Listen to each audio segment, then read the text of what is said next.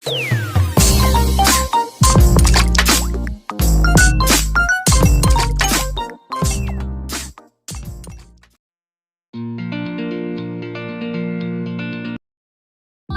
warahmatullahi wabarakatuh. Selamat pagi anak-anak ibu semuanya. Gimana kabarnya hari ini? Sehat semuanya kan? Alhamdulillah. Jangan lupa selalu bersyukur atas nikmat Allah yang mana pada pagi hari ini kita masih diberi kesempatan untuk hadir dan duduk di kelas pada hari ini. Nah, sebelum pembelajaran kita mulai, alangkah baiknya mari kita berdoa menurut agama dan kepercayaan kita masing-masing. Berdoa dimulai.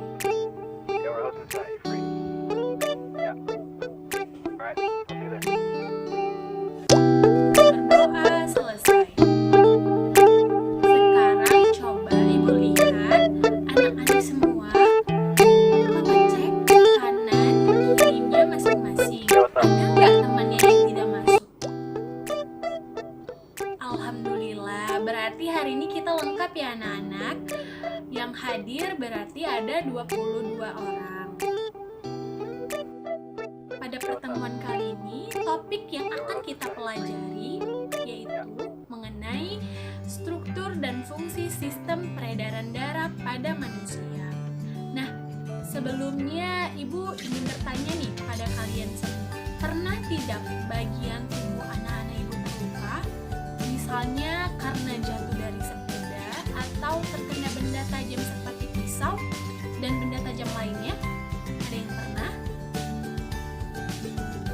Pastinya kan anak-anak Ibu pernah ngerasai salah satu bagian dari tubuh kalian itu terluka. Nah, sedikit yang akan Ibu jelaskan, dimana jika tubuhmu terluka, bagian tubuh yang terluka itu akan mengeluarkan darah. Namun, setelah beberapa saat, darah itu akan berhenti karena adanya sebuah proses pembekuan darah atau koagulasi merupakan mekanisme alami yang terjadi di dalam tubuh untuk menghentikan peredaran saat terjadi luka atau cedera. Nah, jadi jika anak-anak Ibu pernah terluka, proses pembekuan darah tersebutlah yang akan menghentikan darah tidak keluar lagi dari luka tersebut. Nah, selanjutnya, apakah yang terjadi jika tubuh anak-anak Ibu terus-menerus mengeluarkan darah? Ada yang tahu?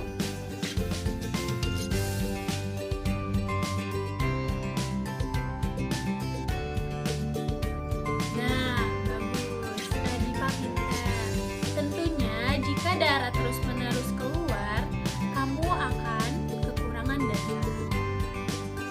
Nah, anak-anak Ibu membayangkan gimana sih proses sistem peredaran darah itu? Nah, sistem peredaran darah itu sangat penting dalam kelangsungan hidup kita sebagai makhluk hidup. Yang mana dengan adanya peredaran darah, maka oksigen dan sari-sari makanan diterima oleh semua organ tubuh. Maka kita akan selalu memahami sistem peredaran darah agar diri kita bisa menjaga sistem peredaran darah tersebut. Sebelum kita membahas tentang sistem peredaran darah manusia, mari kita mengenal organ-organ apa saja yang terhubung dalam sistem peredaran darah tersebut. Organ peredaran darah pada manusia yang pertama itu ada jantung, yang kedua ada pembuluh darah, dan yang ketiga ada darah. Jantung manusia terletak di dalam dada sebelah kiri, yang mana sangat berfungsi untuk memompa darah ke seluruh tubuh. Dan jantung berukuran sama seperti kepala masing-masing pemiliknya. Contohnya seperti ini. Bentuk jantung ada seperti pada gambar, yang mana yaitu jantung terbagi menjadi 4 bagian. Untuk anak-anak ibu, biar supaya memudahkan mempelajari bentuk jantung, Jadi, gambar tersebut merupakan gambar penampakan jantung yang mana agar lebih memudahkan memahaminya.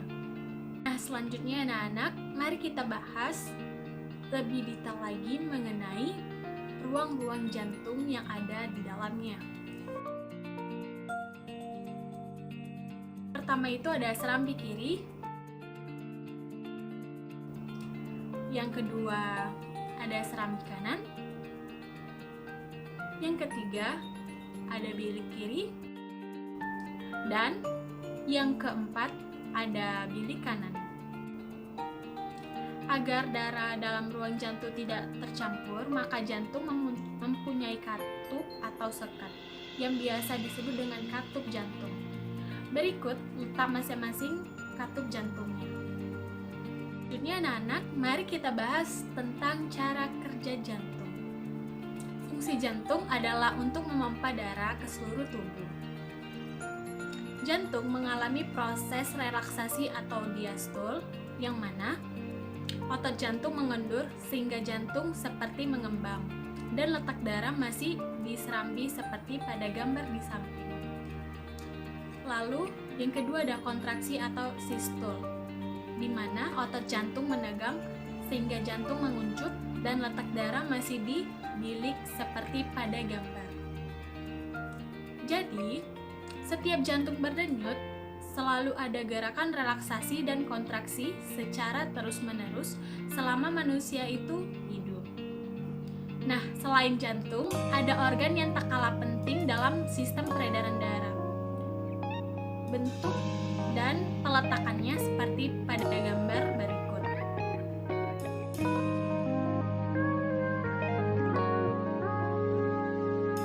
Kita akan belajar dan mengenal jenis-jenis pembuluh darah. Pembuluh yang pertama adalah pembuluh arteri atau pembuluh nadi, yaitu pembuluh darah yang membawa darah keluar dari jantung, biasanya berwarna merah. Selanjutnya ada pembuluh nadi terbesar, yaitu aorta. Selanjutnya ada pembuluh nadi. Selanjutnya itu ada pembuluh kapiler. Pembuluh kapiler adalah pembuluh yang sangat kecil yang terhubung langsung ke organ tubuh manusia.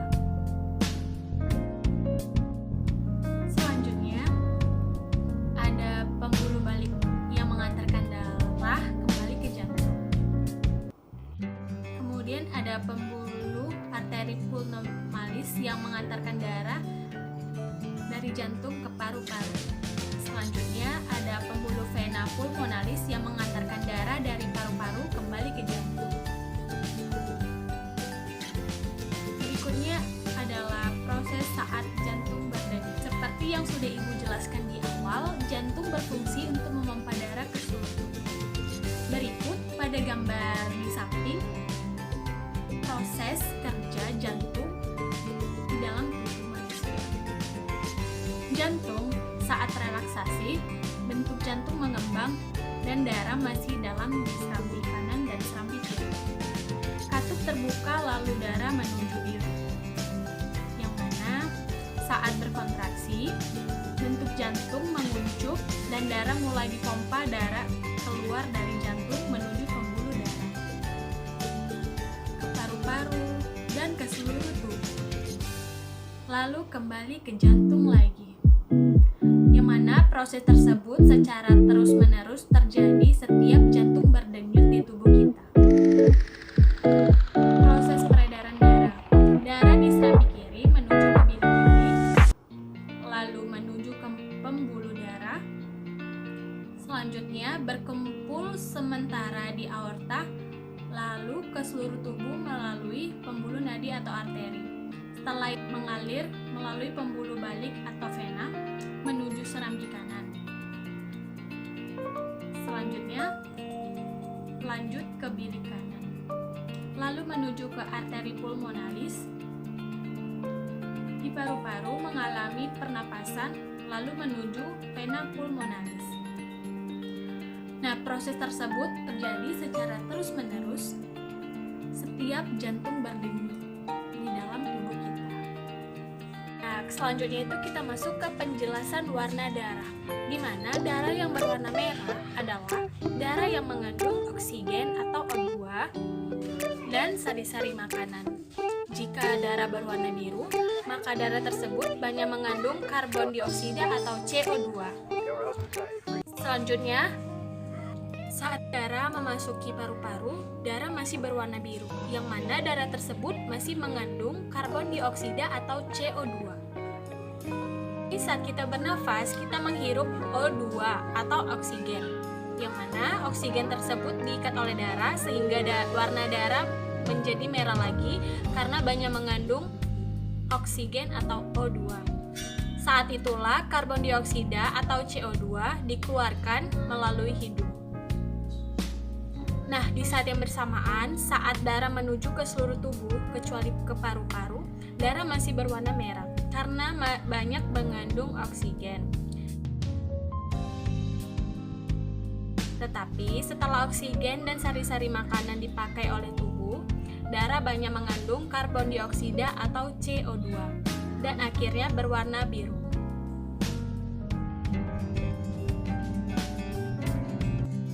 Nah, anak-anak, selanjutnya kita masuk ke pembelajaran inti kita, yaitu mengenal sistem peredaran darah pada manusia. Tentang darah, yang mana komponen penyusun darah terbagi menjadi dua jenis. Yang pertama ada darah cair dan yang kedua ada darah padat. Komponen darah yang cair disebut dengan plasma darah.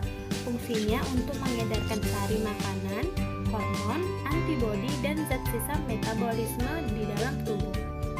Sedangkan komponen padat disebut dengan sel darah. Ada 3 jenis sel darah, antara lain yang pertama itu eritrosit atau sel darah merah, yang kedua leukosit atau sel darah putih, dan yang ketiga adalah trombosit atau keping darah. Eritrosit atau sel darah merah bentuknya bulat, cekung di bagian tengah atau disebut dengan bentuk Kirchhoff. Memiliki hemoglobin atau Hb yang dapat membuat darah kita berwarna merah, tidak punya inti sel, jumlah 4-5 juta, dibentuk pada sumsum merah tulang. Umumnya sekitar 120 hari, setelah itu akan dihancurkan di hati dan limpa. Fungsi sel darah merah adalah untuk mengedarkan oksigen dan karbon dioksida ke seluruh tubuh. Leukosit atau sel darah putih bentuknya tidak tetap, memiliki inti sel, jumlah sekitar 8.000 per milimeter kubik darah, dan dibentuk pada kelenjar limfa. Fungsinya untuk melindungi tubuh dari infeksi kuman. Sedangkan trombosit atau keping darah bentuknya tidak beraturan, tidak mempunyai inti sel, jumlah sekitar 250.000 mm per kubik darah, dan dibentuk pada sumsum tulang. Fungsinya pembekuan darah dan menutup luka. Bagian tubuh kita ada yang terluka, maka trombosit akan bekerja. Cara kerjanya adalah dengan memecahkan dirinya sendiri, sehingga akan mengeluarkan enzim trombokinase atau tromboplastin. Dengan adanya enzim tersebut dan dibantu dengan vitamin K atau ion kalsium, dapat mengubah protombin menjadi trombin. Selanjutnya, trombin dapat mengubah fibrinogen dan menjadi dengan benang-benang fibrin. Oke anak-anak, sekian materi yang dapat Ibu sampaikan pada pertemuan kali ini. Nah, untuk pertemuan selanjutnya, Ibu akan memberikan tugas kepada kalian mengenai gangguan-gangguan apa saja yang terjadi pada sistem peredaran darah. Anak-anak Ibu, silakan dibaca-baca bukunya tentang materi tersebut. Yang mana pada pertemuan minggu depan, Ibu akan memberikan pretest di awal sebelum pembelajaran kita dimulai. Jadi, jangan lupa ya dibaca-baca bukunya agar pretest minggu depan bisa terjawab semua soal-soalnya. Nah, sekian pertemuan kita pada kali ini. Baiklah, Ibu sudahi pertemuan pada hari ini. Semoga ilmu yang Ibu berikan bermanfaat untuk kalian ya. Wabillahi taufik wal hidayah. Wassalamualaikum warahmatullahi wabarakatuh.